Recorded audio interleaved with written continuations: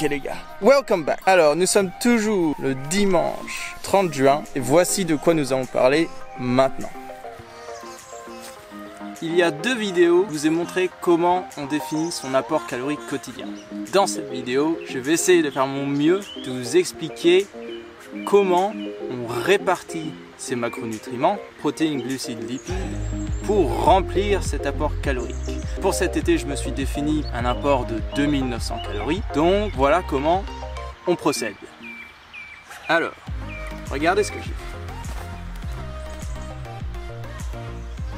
Alors, moi, il me faut 2900 calories.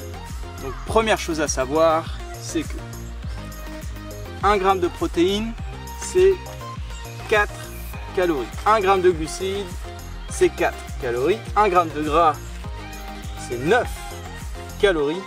Et 1 g d'alcool, c'est 7 calories. Ou kilocalories. Enfin bref, c'est pareil.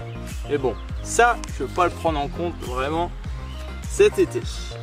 Donc sachez que ces valeurs-là sont pas vraies. Ce sont des moyennes, mais ce sont très proches. Si vous voulez, toutes les glucides, toutes les protéines, toutes les fats sont différents. Mais leurs valeurs sont très proches de cette moyenne. Donc on peut considérer que c'est vrai. Pour commencer, on va traiter les protéines. Alors, maintenant, la question, genre vraiment la question qui est super controversée dans le monde du fitness et dans le monde du building, c'est combien de grammes de protéines vous devez manger par jour. On ne va pas entrer dans les détails aujourd'hui, on ne va pas te parler de l'équilibre azoté, donc c'est le nitrogen balance comme on dit en anglais. Mais il y a le côté étude qui dit que 0,7 g de protéines par livre de poids de corps sec par jour, c'est amplement suffisant. Et après, il y a toute la propagande de l'industrie du fitness qui veulent vendre leur poudre de protéines, etc. Ils disent qu'il faut aller jusqu'à 1,3 g de protéines par livre de poids de corps sec par jour. Ce qui est énorme. Donc moi, personnellement, je ne sais pas si c'est la bonne valeur, mais j'ai décidé d'aller avec ça.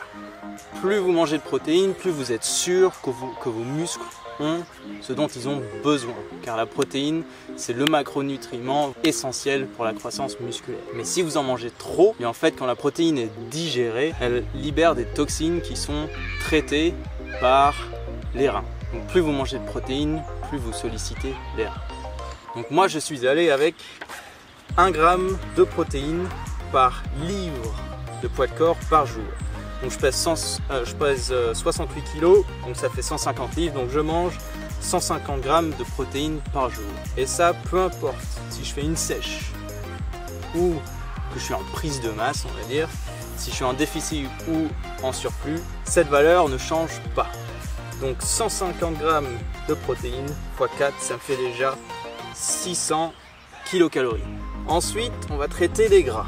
Moi j'ai lu que pour avoir une bonne régulation d'hormones, il fallait que au moins environ 20% de votre apport calorique provienne des gras. Donc moi j'ai décidé d'aller avec 25%, ce qui me donne, donc 25% de 2900, ça me donne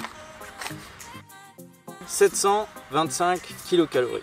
Donc ça divisé par 9, ça me donne 80 grammes. Comme ça, 80 grammes par jour, eh ben, je peux quand même me faire plaisir si j'ai envie de manger des trucs gras.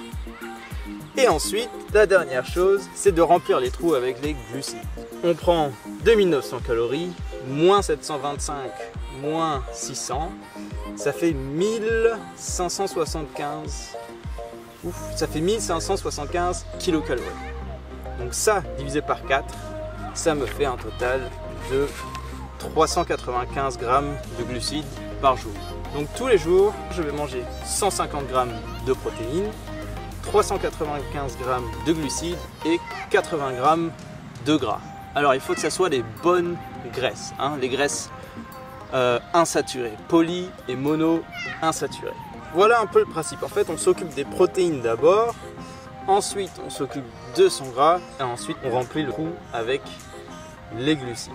Peu importe si j'ai un déficit calorique ou un surplus, eh bien en soi c'est toujours la valeur des glucides qui va changer. Ça reste inchangé, ça varie légèrement et c'est ça qui varie. Maintenant, admettons que vous êtes quelqu'un qui fait une sèche costaud. Ça veut dire que vous allez avoir faim souvent, donc vous avez envie de manger plus de nourriture. Et bien vous pouvez diminuer votre apport en gras pour augmenter votre apport en glucides pour remplir votre estomac davantage. Maintenant, si vous êtes quelqu'un à l'inverse qui est en prise de masse, donc qui a un méga surplus de calories par exemple, et que vous devez manger genre je sais pas 3500 à 4000 calories, que vous n'avez pas envie genre d'exploser votre ventre avec la quantité de nourriture que vous mangez, et bien vous pouvez augmenter votre quantité de gras pour justement réduire la quantité de glucides que vous avez mangé. Et comme ça, vous pourrez vous faire plaisir davantage sur les gras.